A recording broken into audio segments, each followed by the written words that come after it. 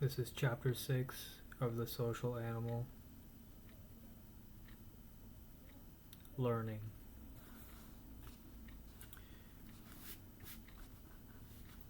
Popular, good-looking, and athletic children are the subjects of relentless abuse.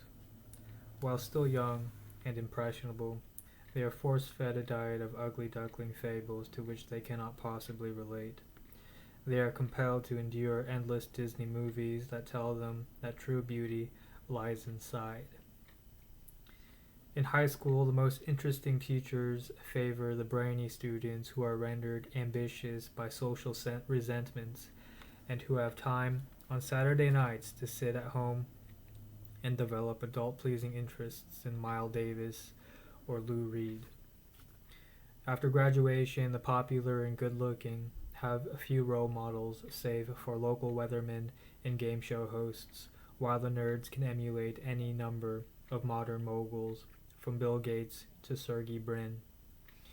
And for, as it is written, the last shall be first, and the geek shall inherit the earth. And yet Harold, forever cheerful, carried the burden of his adolescent looks and popularity lightly. He'd had his growth spurt early and had been a playground sports star through junior high. The other kids had caught up with him in size and surpassed him in ability, but he still played with a confidence that inspired deference and respect. Together, he and his thin-waisted, square-shouldered friends were notable for their ability to produce noise. Sound radiated out of their pores, and they greeted one another explosively across the high school hallways. If there was a water bottle at hand, they'd play an exuberant game of catch with it in the cafeteria, and everybody else had to flinch as the bottle went whizzing past.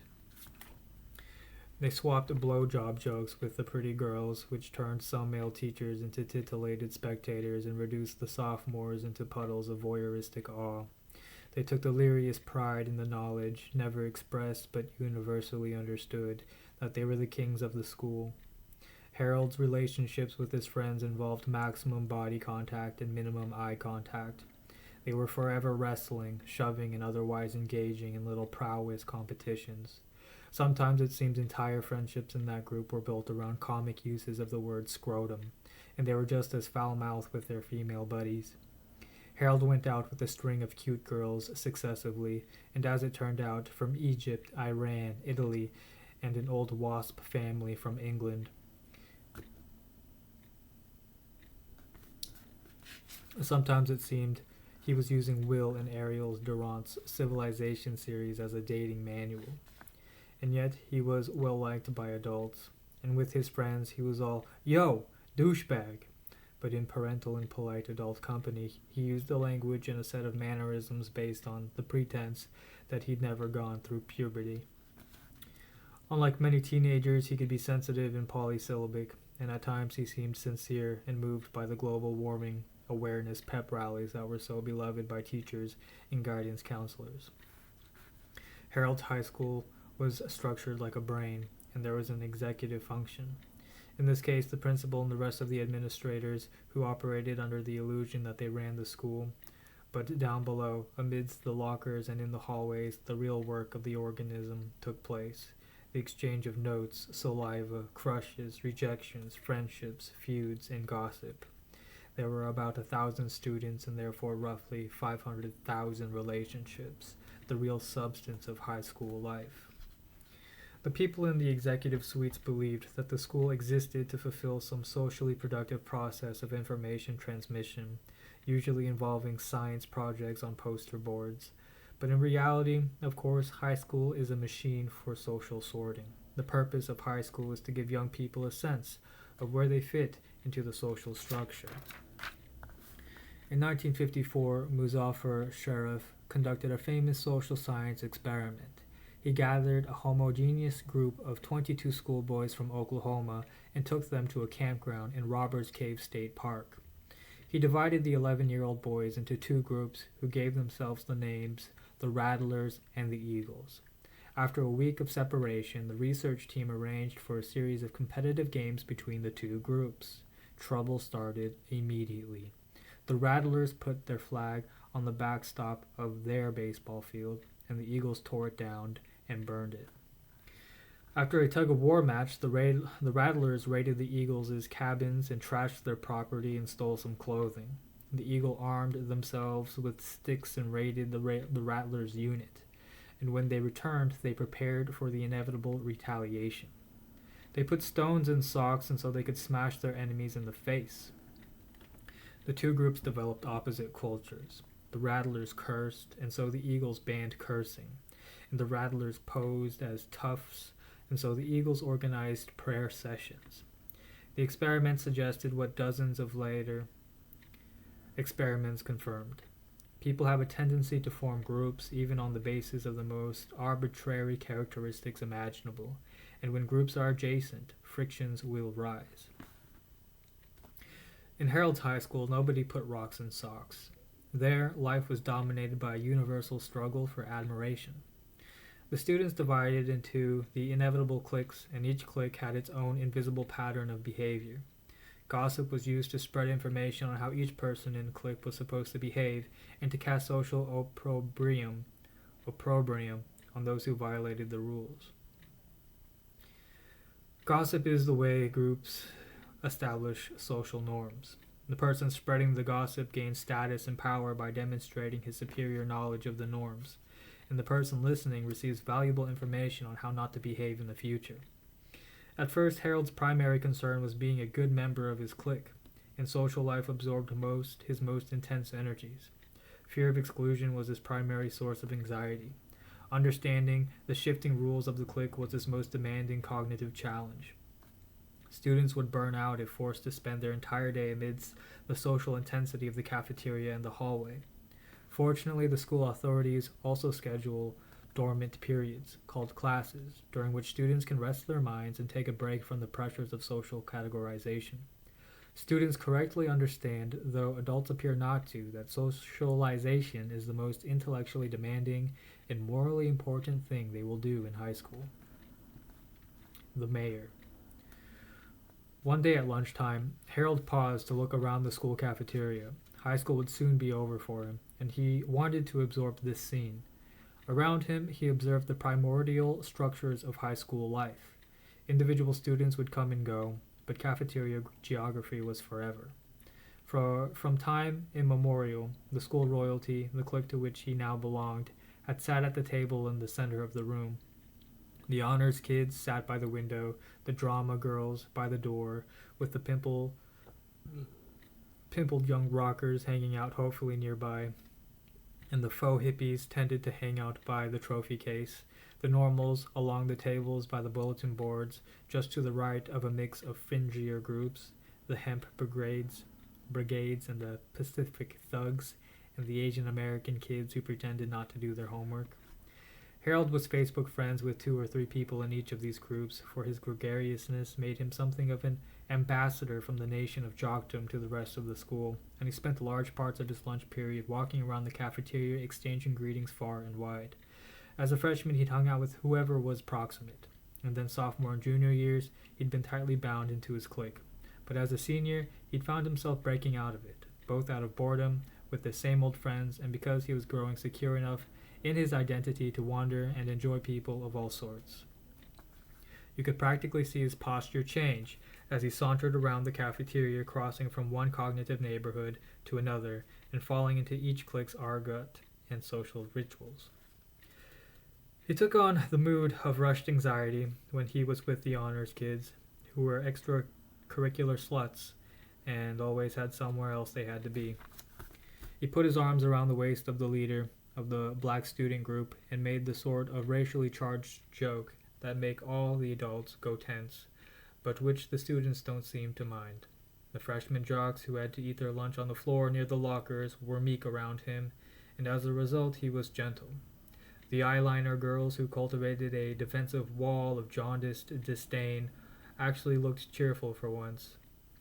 The real great man is the man who makes every man feel great, the British writer G.K. Chesterton wrote.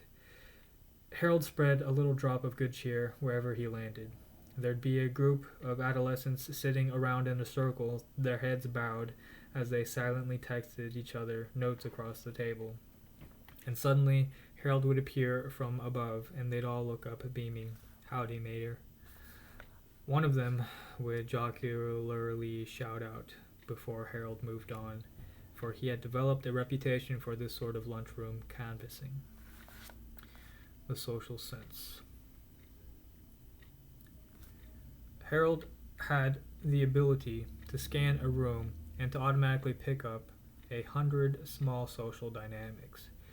We have a certain manner of scanning a sea of faces. For example, most people's gaze will linger on a red-headed person in any crowd because we're naturally drawn to the unusual. Most people will assume with big eyes and puffy cheeks are weaker and more submissive than they are. Perhaps in compensation, baby-faced soldiers in World War II and the Korean War were much more likely to win awards for valor than soldiers with more rugged features.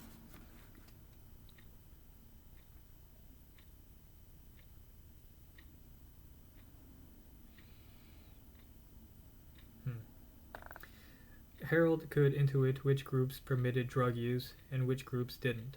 He could tell which groups would tolerate country music listening within its ranks and which groups would regard it as grounds for symbolic exclusion. He could tell in each group how many guys a girl could hook up with per year without being regarded as a skank. In some groups the number was 3, in others 7. Most people automatically assume that the groups they don't belong to are more homogeneous than groups they do belong to. Harold could see groups from the inside. When Harold would sit down with, say, the Model UN kids, he could not only see himself with a bunch of brains, he could guess which one of them wanted to emigrate from the geek quadrant and join the honors athletes quadrant. He could sense who was the leader of any group, who was the jester, and who fulfilled the role of peacemaker, daredevil, organizer, and self-effacing audience member. He could pick out who had what role in any female troika. As the novelist Frank Portman had observed, the troika is the natural unit of high school female friendship. Girl 1 is the hot one, Girl 2 is her sidekick, and Girl 3 is the less attractive one who is the object of the other two's loving condescension. And for a time, Girls 1 and 2 will help Girl 3 with makeup and clothes to try and set her up with one of their boyfriends' less attractive friends. But eventually Girls 1 and 2 will let it be known how much hotter they are than Girl 3, and their ensuing bitterness toward her will become more and more obvious until they finally ostracize Girl 3 and replace her with a new Girl 3. The Girl 3s never quite have enough class conscience to collectivize and use their combined power to throw off the yoke of their oppression.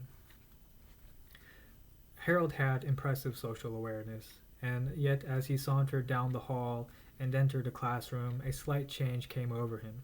Harold felt perfectly in control in the hallway, but somehow he couldn't achieve such mastery in class. And with the reading material, his social genius didn't seem to lead to academic genius. No. And in fact, the parts of the brain we use for social cognition are different than the parts we use for thinking about objects, abstractions, and other sorts of facts. People with Williams syndrome have impressive social skills but are severely impaired when dealing with other tasks. Work by David Van Roy suggests that no more than 5% of a person's emotional perspectiveness can be explained by the sort of overall cognitive intelligence we track with an IQ score.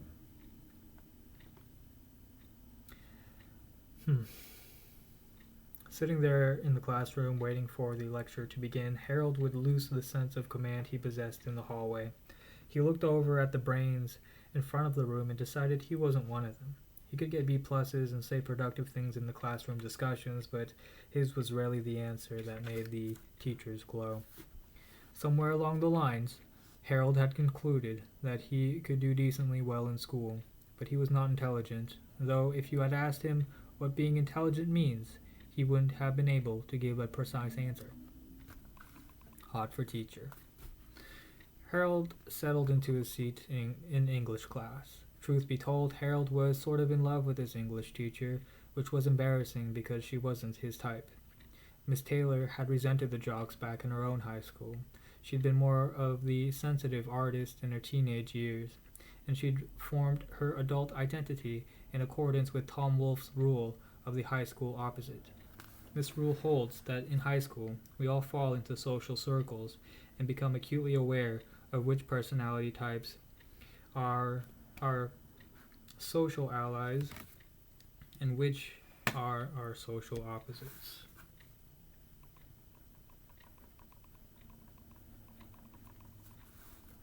The adult personality, including political views, is forever defined in opposition to one's natural enemies in high school.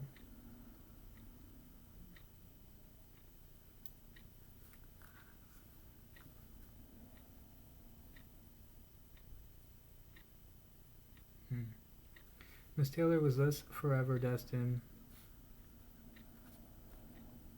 Well, let's reread this. This rule holds that in high school we all fall into social circles and become acutely aware of which personality types are our social allies and which are our social opposites. The adult personality, including political views, is forever defined in opposition to one's natural enemies in high school. Miss Taylor was thus forever destined to be in the camp of artistic sensitivity and opposed to the camp of athletic assertiveness. She was in the aloof observer camp and opposed to the camp of the mindlessly energetic. She was in the camp of the more emotional than thou rather than the camp of the more popular than thou. This meant she was always exquisitely attuned to her superior emotions, and it also meant, unfortunately, that if she wasn't having an engrossing emotional drama on any given day, she would try to make one up. During young adulthood, she moved through her Alanis Morissette, Jewel, and Sarah McLachlan phases.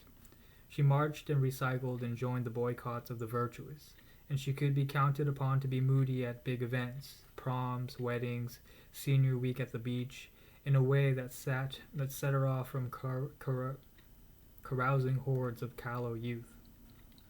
She wrote embarrassingly sentimental notes in other people's yearbooks and impressively found her way to Hermann Hesse and Carlos Castaneda, even though no one else her age had ever heard of them. She was something of a prodigy when it came to being overwrought. But she grew up, she smoked in college, which gave her something dispassionate and cynical to do, and she also had her years in Teach for America, and during that time, she saw what being really screwed up was all about, and it made her less enamored of her own crises. When Harold met her, she was in her late 20s and teaching English. She listened to Feist, Yale Name, and The Arcade Fire, and she read Dave Eggers and Jonathan Franzen. She was addicted to hand sanitizer and Diet Coke. She wore her hair too long and too natural to show she wasn't on the job interview law associate career track. She loved scarves and wrote letters longhand. She decorated her walls even over her desk at home with didactic maxims, most of them in the nature of Richard Livingstone's observation. One is apt to think of moral failure as due to weakness of character. More often it is due to an inadequate ideal. One is apt to think of moral failure as due to weakness of character. More often it is due to an inadequate ideal. She could have grown into a normal person if she hadn't been subjected to the high school English curriculum. It is one thing to have to read, over the course of a few years of one's life, a separate piece, The Catcher in the Rye, of Mice and Men, The Crucible, The Color Purple, The Scarlet Letter, and To Kill a Mockingbird.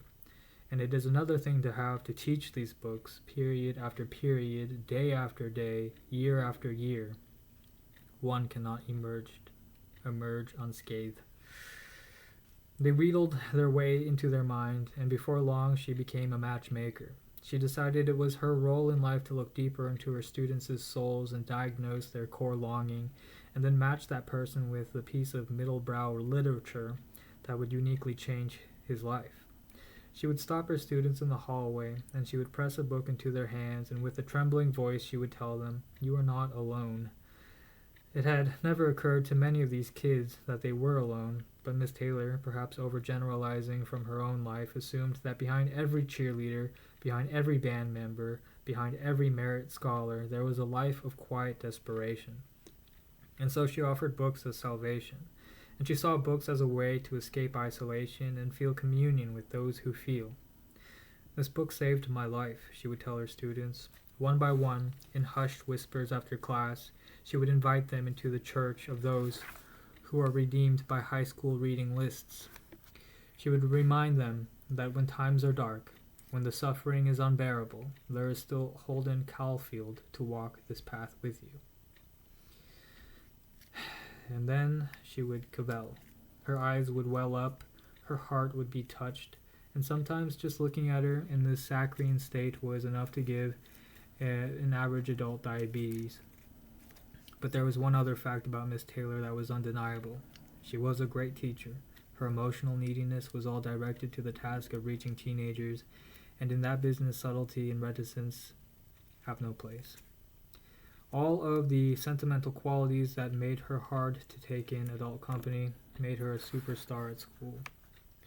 Her heart would be touched. Sometimes just looking at her in this saccharine state was enough to give the average adult diabetes. But there was one other fact about Miss Taylor that was undeniable. She was a great teacher. Her emotional neediness was all directed to the task of reaching teenagers, and in that business subtlety and reticence have no place. Business subtlety and reticence.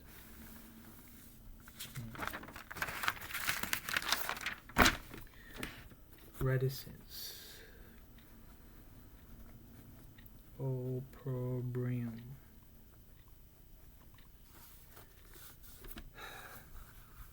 All of the sentimental qualities that made her hard to take in adult company made her a superstar at school. Her method. Miss Taylor was one of those teachers who understand that schools are structured on a false view of human beings. They are structured on the presupposition that students are empty crates to be filled with information. She couldn't forget the fact that other people are weirder and more complex than we can ever know. She taught adolescence, so the brain of her students were going through a period of tumult that is almost like a second infancy. With the onset of puberty, humans enter a period of ruthless synaptic pruning. As a result of this tumult, teenagers' mental capacities don't improve in a straight line.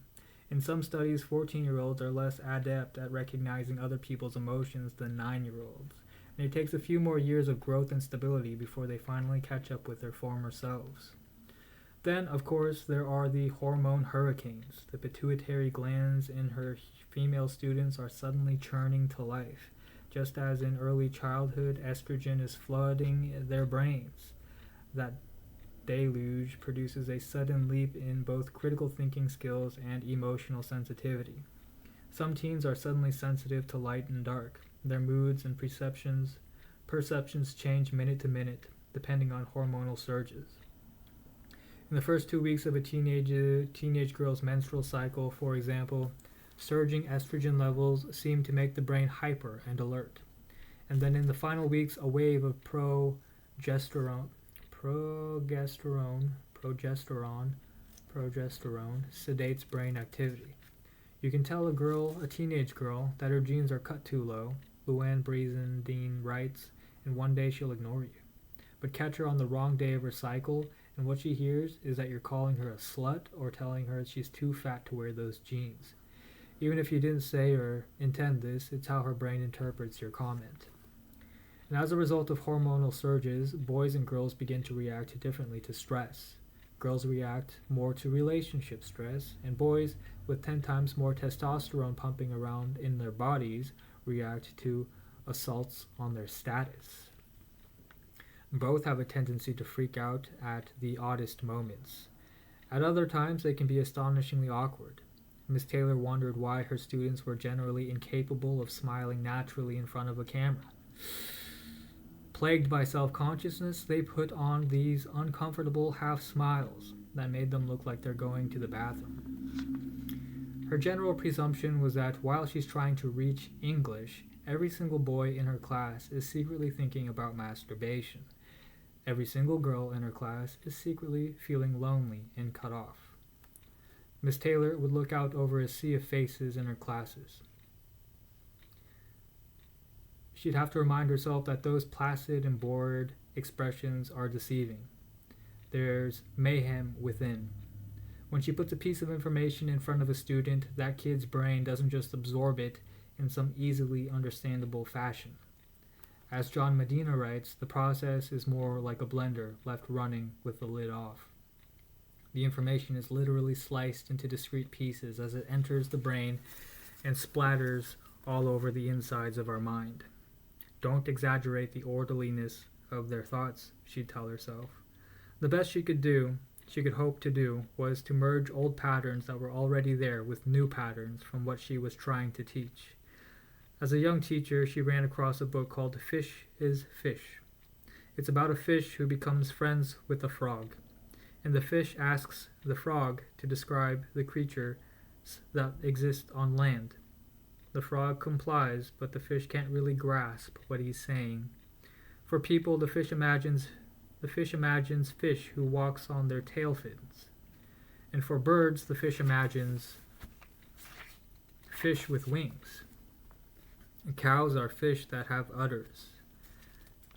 Miss Taylor's students were like that. They had models imposed by their experience which caused them to create their own constructions of everything she said.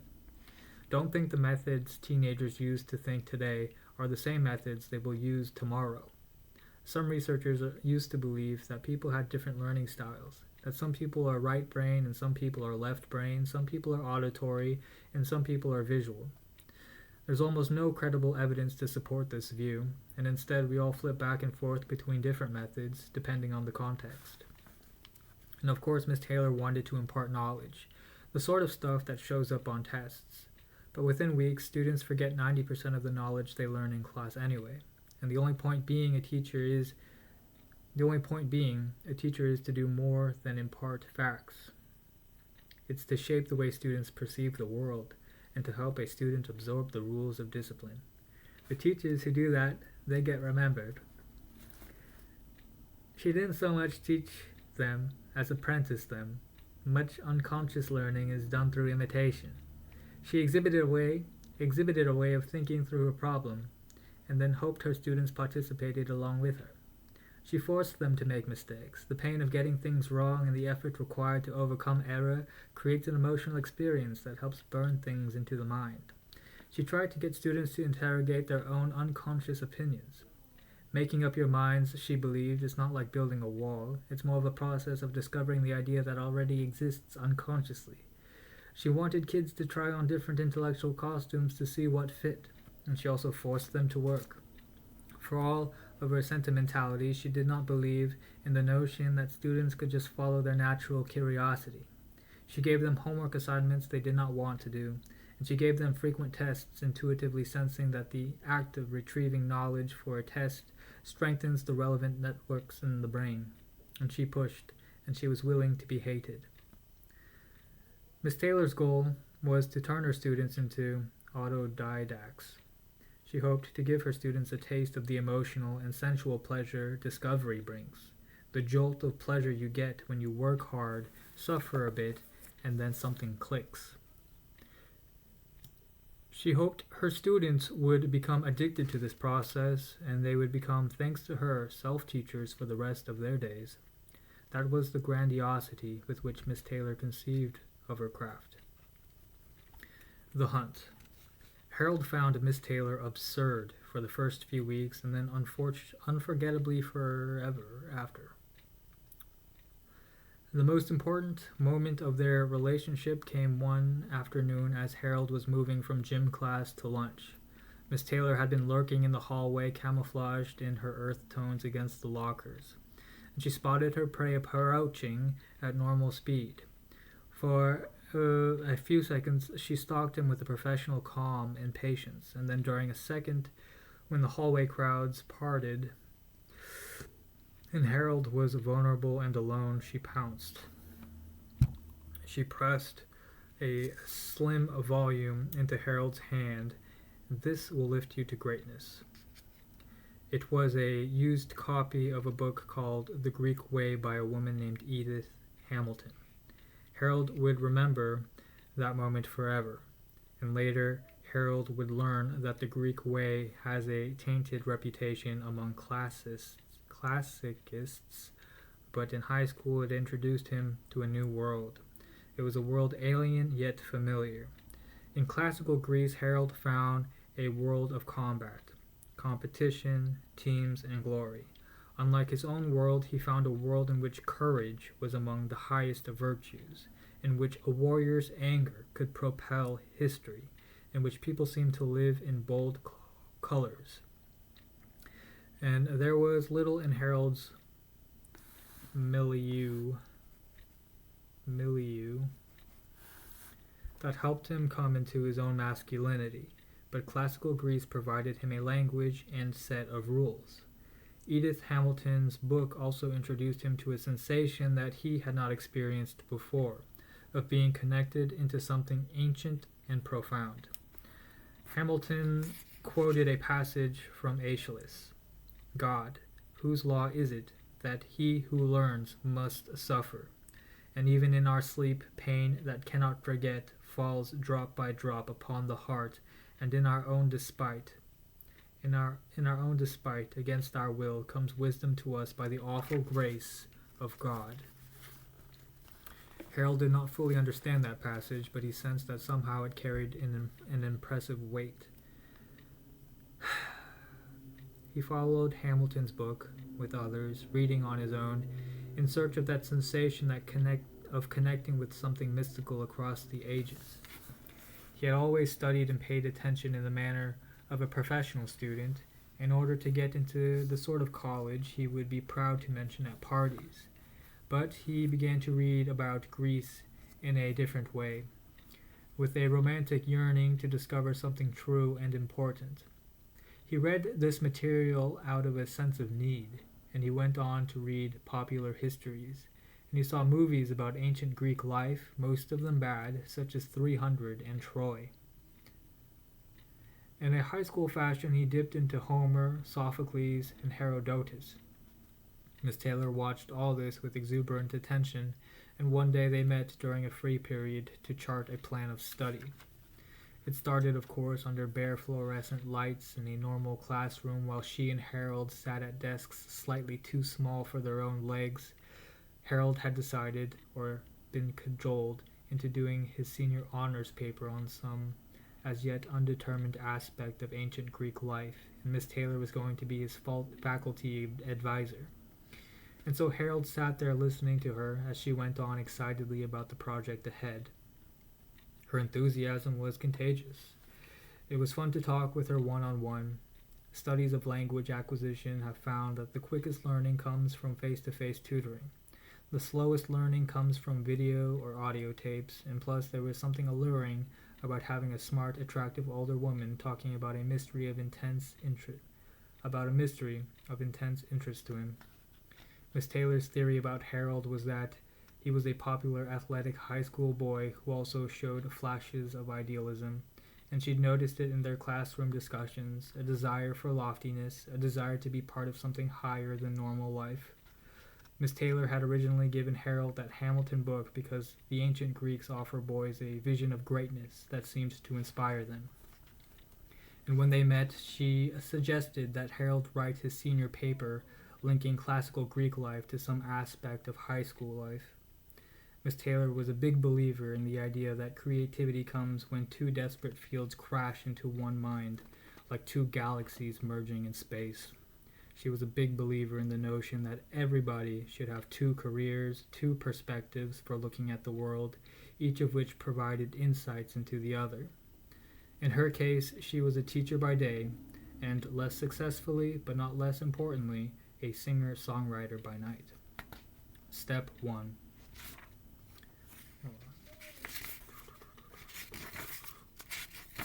This is a long chapter. Very long chapter. Step 1. The first stage of Harold's project would be knowledge acquisition. Miss Taylor told him to keep reading books about Greek life and bring her back a list of 5 he had read. She didn't give him an organized curriculum.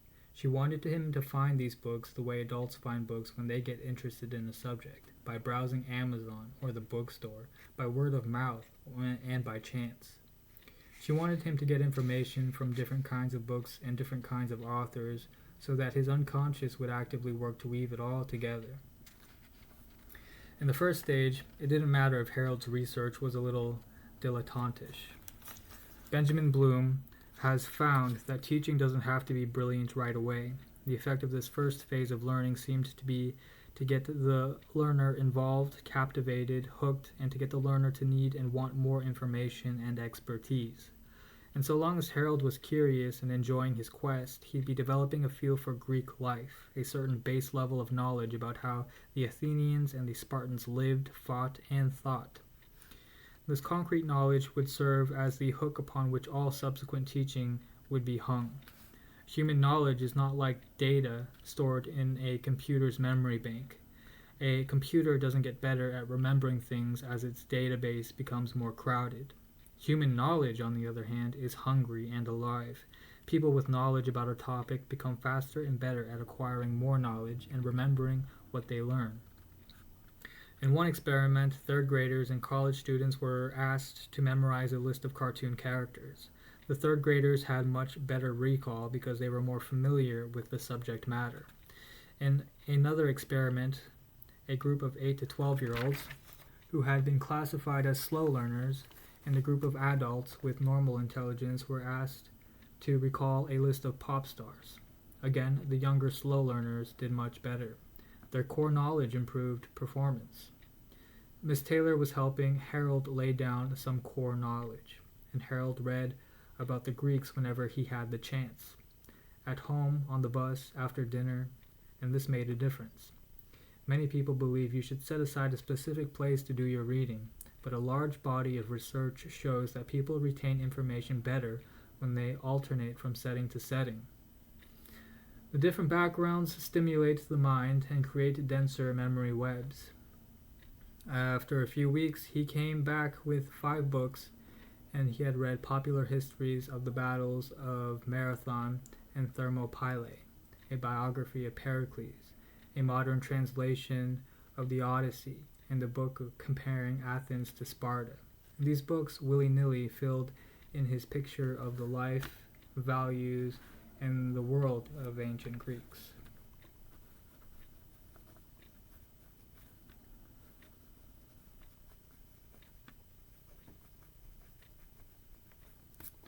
Step 2. In their second session, Miss Taylor praised Harold for his hard work. Researcher Carol Dweck has found that when you praise a student for working hard, it reinforces his identity as an industrious soul. A student in this frame of mind is willing to take on challenging tasks and to view mistakes as a part of the working process. When you praise a student for being smart, on the other hand, it conveys the impression that achievement is an inborn trait. Students in that frame of mind want to continue to appear smart, and they're less likely to try challenging things because they don't want to make mistakes and appear stupid. Then Miss Taylor told Harold to go back and look over everything he had read so far, starting with the Edith Hamilton book that had been his first entry into Greek life. Miss Taylor wanted Harold to optimize his knowledge. The human brain is built to take conscious knowledge and turn it into unconscious knowledge. And the first time you drive a car, you have to think about every move. But after a few months or years, driving is done almost automatically. Learning consists of taking things that are strange and unnatural, such as reading and algebra, and absorbing them so steadily that they become automatic. And that frees up the conscious mind to work on new things. Alfred North Whitehead saw this learning process as a principle of progress. Civilization advances by extending the number of operations which we can perform without thinking about them. Automaticacy is achieved through repetition. Harold's first journey through his Greek books may have introduced him to his subject, but on his second, third, and fourth journeys he would begin to entrench it deep down. Miss Taylor had told her students 100 times that it is far better to go over material for a little bit, repetitively, on 5 consecutive nights than it is to cram in one long session the night before an exam. No matter how often she repeated this point, this was one lesson her students never seemed to automatize. Miss Taylor wanted Harold to slip back into the best learning rhythm.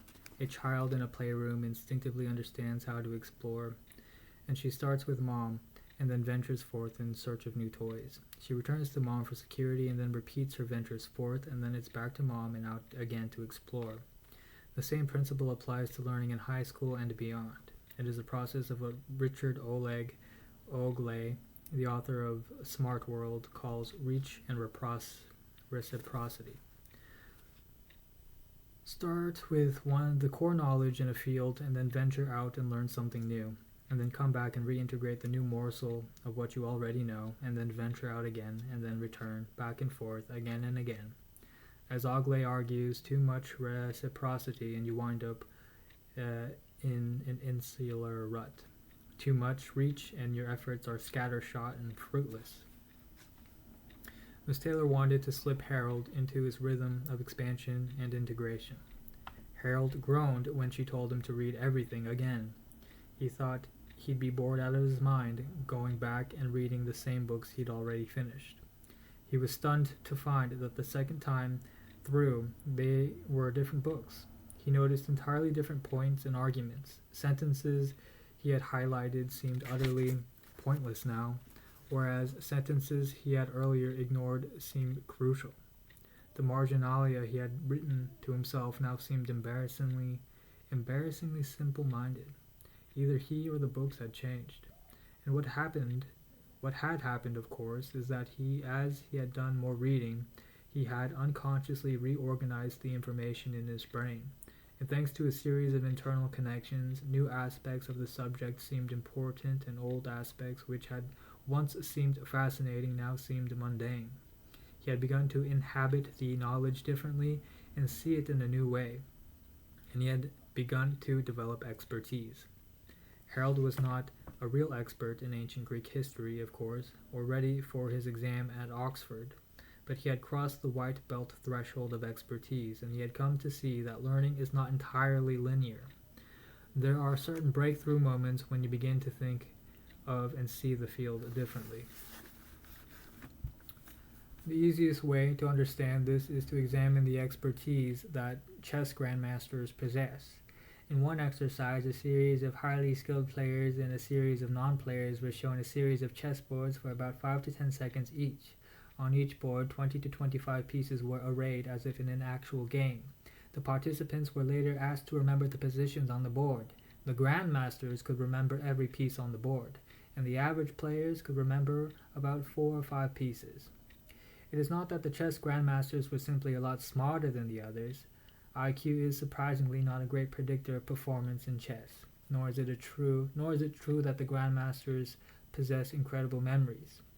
When the same exercise was repeated, but the pieces were arrayed randomly in a way that did not relate to any game situation, the grandmasters had no better recall than anyone else. No, the real reason the grandmasters could remember the game board so well is that after so many years of study, they saw the boards in a different way. When average players saw the board, they saw a group of individual pieces, and when the masters saw the board, they saw formations. Instead of seeing a bunch of letters on a page, they saw words, paragraphs, and stories, and a story is easier to remember than a bunch of individual letters. Expertise is about forming internal connections so that little pieces of information turn into bigger, networked chunks of information. Learning is not merely about accumulating facts, it is internalizing the relationships between pieces of information. Every field has its own structure, its own schema of big ideas, organizing principles and recurring patterns. In short, its own paradigm. And the expert has absorbed this structure and has tacit knowledge of how to operate within it. Economists think like economists. Lawyers think like lawyers. And at first the expert decided to enter a field of study, but soon the field entered her. The skull line, the supposed barrier between her and the object of her analysis, had broken down. And the result is that the expert doesn't think more about a subject, she thinks less. She doesn't have to compute the effects of a range of possibilities because she has domain expertise. She anticipates how things will fit together. Step 3. Miss Taylor's third step was to help bring Harold's tacit knowledge of Greek life to the surface. After the weeks of reading and then more weeks of rereading, she asked him to keep a journal. In it, he would describe both his thoughts about Greek life and his own time in high school. She told him to let his mind go free, to let his thoughts bubble up from his unconscious, and to not worry for the time being about what he was writing or how good it might be. Her basic rule was that a student should be 75% finished with a paper before he sits down to write it. And before the composition starts, there should be a long period of gestation as he looks at the material in different ways and in different moods. He should give his mind time to connect things in different ways. He should think about other things and allow insights to pop into his head. The brain doesn't really need much conscious pushing to do this. It is such an anticipation machine. It is always and automatically trying to build patterns out of data. A telephone transmits only 10% of the tones in a voice, and yet from that, any child can easily build a representation of the person on the other end of the line. And this is what the brain does easily and well. Miss Taylor wanted Harold to write a journal because she wanted Harold to retrieve the knowledge that was buried inside in as frictionless a way as possible. She wanted him to go off on a reverie and convert the intuitions he had developed into language. She was a firm believer in Jonah Lehrer's dictum, "You know more than you know," and she wanted to give him an exercise that would allow him to wander around the problem in a way that might seem haphazard and wasteful, because the mind is often most productive when it is most carefree. Harold would save that journal for the rest of his life, and though he was always tempted to burn it because he didn't want his descendants to see his overwrought adolescent musings, at first he would just write a word in the center of a page and then scribble the ideas and thoughts that popped into his head in a cluster around it. And sometimes a peripheral thought would become the center of its own cluster. He wrote a lot about the passions of Greek heroes, and he compared the anger of Achilles to his own anger at various situations. And in his telling, he came off as a slightly more heroic character of the two. And he wrote a lot about courage and copied down a passage Edith Hamilton wrote about Aeschylus. Life for him was an adventure, perilous indeed, but men are not made for safe havens. He wrote about pride, copying Aeschylus' own passage. All arrogance will reap a harvest rich in tears. God calls men to a heavy reckoning for overweening pride. And he tended to be the hero of his own stories, feeling more and seeing better than his classmates. But at his best, the Greek passage did lift him up and give him a sense of profound connection to an age long past and men and women long dead.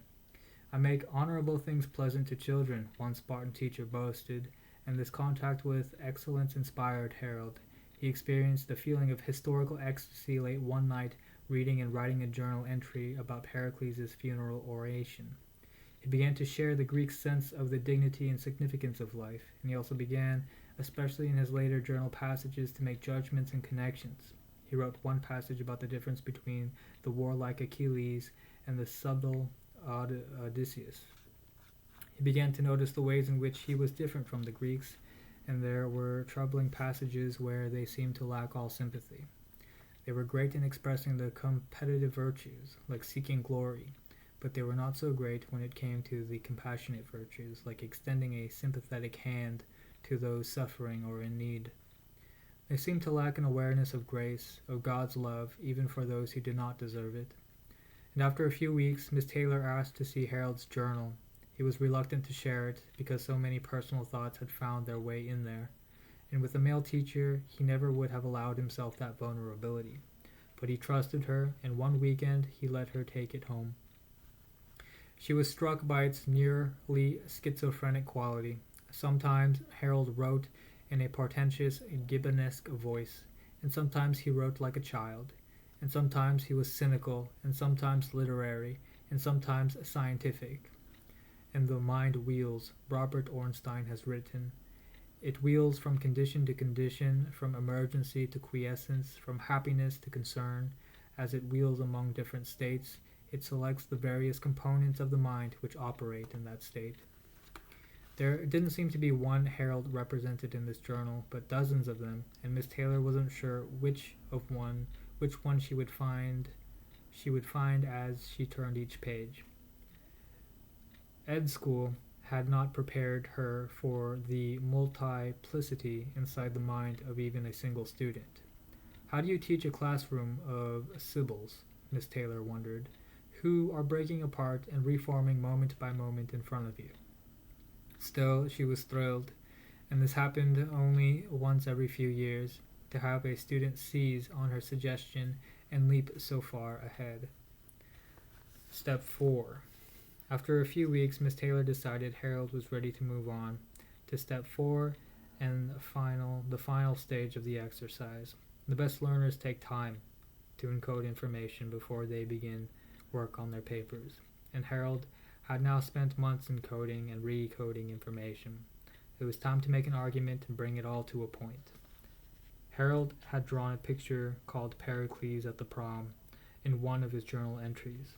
It showed a guy in a toga in the middle of kids in tuxes and gowns. Miss Taylor suggested that he use that as his paper title. She noticed that in his journal, Harold seemed to alternate between passages on his Greek studies and passages on his high school life. But creativity consists of blending two discordant knowledge networks. She wanted him to integrate his thoughts on Greece and with his thoughts about himself. Harold sat at home with his books and journal pages spread out on the floor in bed before him, and how to turn all of this into one 12-page paper. He read with some embarrassment some of his old journal entries. He dipped into some of his books. Nothing was coming together, and he texted his friends, and he played a few games of solitaire, and he went on Facebook, and he dipped back into some of the old books, and he kept interrupting himself over and over. A person who is interrupted while performing a task takes 50% more time to complete it, and makes 50% more errors. The brain does not multitask well. It needs to get into a coherent flow with one network of firings leading coherently to the next. The problem was that Harold was not mastering his data, it was mastering him. He was hopping from one fact to another, but had found no overall scheme in which to organize them. In a small way, he was temporarily like Solomon Shereshevsky, the Russian journalist born in 1886 who could remember everything. In one experiment, researchers showed Shereshevsky a complex formula of 30 letters and numbers on a piece of paper. And then they put the paper in a box and sealed it for 15 years. And when they took the paper out, Shereshevsky could remember it exactly. Shereshevsky could remember, but he couldn't distill. He lived in a random blizzard of facts, but could not organize them into repeating patterns. Eventually, he couldn't even make sense of metaphors, similes, poems, or even complex sentences. In small form, Harold was in the middle of that kind of impasse. He had a certain paradigm he used when thinking about high school, and he had another paradigm he used when thinking about the Greeks, but they weren't meshing together.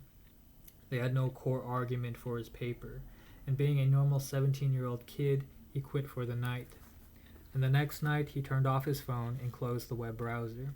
He resolved to focus his attention, exile himself from the normal data smog of cyber-connected life, and get something done. Instead of starting with his own writing, he went back and read Pericles' funeral oration from the Peloponnesian War. The virtue of reading classic authors is that they are more likely to set your mind racing, and of all things, Harold had read that speech fired his imagination the most. In one passage, for example, Pericles celebrated Athenian culture. We cultivate refinement without extravagance, and knowledge without effeminacy. Wealth we employ more for the use of than for show, and place the real disgrace of poverty not in owning to the fact, but in declining to struggle against it. Harold was moved and uplifted. It wasn't even so much the substance, but the lofty cadences and the heroic tone. The spirit of the speech entered his mind, and his mood changed. He began to think about heroism, about men and women achieving immortal glory through valor, dedicating their lives to the service of their nation. Pericles celebrated excellence and offered models for imitation. Harold began to think about the different kinds of Greek heroes he had to read about. Achilles, the furious man of war; Odysseus, the clever leader who seeks to return to his wife and family; Leonidas, who surrendered his life at Thermopylae; Themistocles, who saved his country through deceit and manipulation; Socrates, who gave his life for truth; and Pericles, the gentleman and statesman. Over the next few hours, Harold thought about these different flavors of greatness, and he intuited that somewhere the key to his paper lay in comparing their styles, or in finding some common thread. Somehow his unconscious mind was telling him that he was on the right track, and he had that feeling you get when an answer is on the tip of your tongue. And for the first time since he'd begun the writing stage, his attention was truly focused on the task at hand, and he looked at his books and journal entries again for examples of different types of heroism. He was possessed by what Stephen Johnson calls a slow hunch. He had a vague, hard-to-explain sense that he was heading in the right direction, but it would take many delays and much circling around until a solution popped into his head. We are always besieged by different pieces of information bidding for attention, but in his aroused state, Harold shut out everything that didn't have to do with Greek ideas of heroism. Music that might have annoyed him suddenly was rendered mute. Sounds and colors disappeared. Scientists call this the preparatory phase, when the brain is devoting serious attention to one thing, and then other areas like the visual cortex or the sensory regions go dark. And over the next hour or two, Harold pushed himself, and he searched for a way to write a paper on heroism, both in Greek and contemporary life. His focus had narrowed, but he still did not have an argument, and so he went over his books and journal entries yet again to see if some point or argument leaped out at him. It was hard and frustrating work, like pushing on a series of doors and waiting for one to break open, and yet one of the patterns that popped into Harold's head bound his thoughts, and he started writing notes to himself. And he'd come up with an idea and then see a stray piece of paper and realize that he'd come up with the same idea for a few hours ago and had already forgotten about it. And to make up for the limitations of his short-term memory, he began arranging his notes and journal entries into piles on the floor, and he hoped that his process of shuffling his notes would somehow bring some coherence. He put notes on courage in one pile and notes on wisdom into another, and over time the piles began to seem arbitrary. He was loosening his imagination. Sometimes an answer seemed to just hang just a few millimeters out of reach, and he would follow a hunch, a subtle signal from the mental regions beneath consciousness, but he still had no overall concept. Harold had reached out, but no reciprocity. He was tired and at an impasse. And once again he called it a day and went to bed, and it turned out to be the smartest thing he could possibly do. There's a controversy among scientists about what sleep accomplishes, but many researchers believe that during sleep the brain consolidates memories, organizes the things that may have been learned that day, and reinforces changes in the brains that have been ushered in by the previous day's activity. The German scientist Jan Born gave a group of people a series of math problems and asked them to discover the rule necessary to solve them. The people who slept for 8 hours between work sessions were twice as likely to solve the problems as those who worked straight through. Research by Robert Stickgold and others suggests that sleep improves memory by at least 15%. Harold lay in bed after his night's sleep, watching the sunlight shimmer off of the treetops outside the window. His mind wandered, thinking about his day, his paper, his friends, and a random series of other things.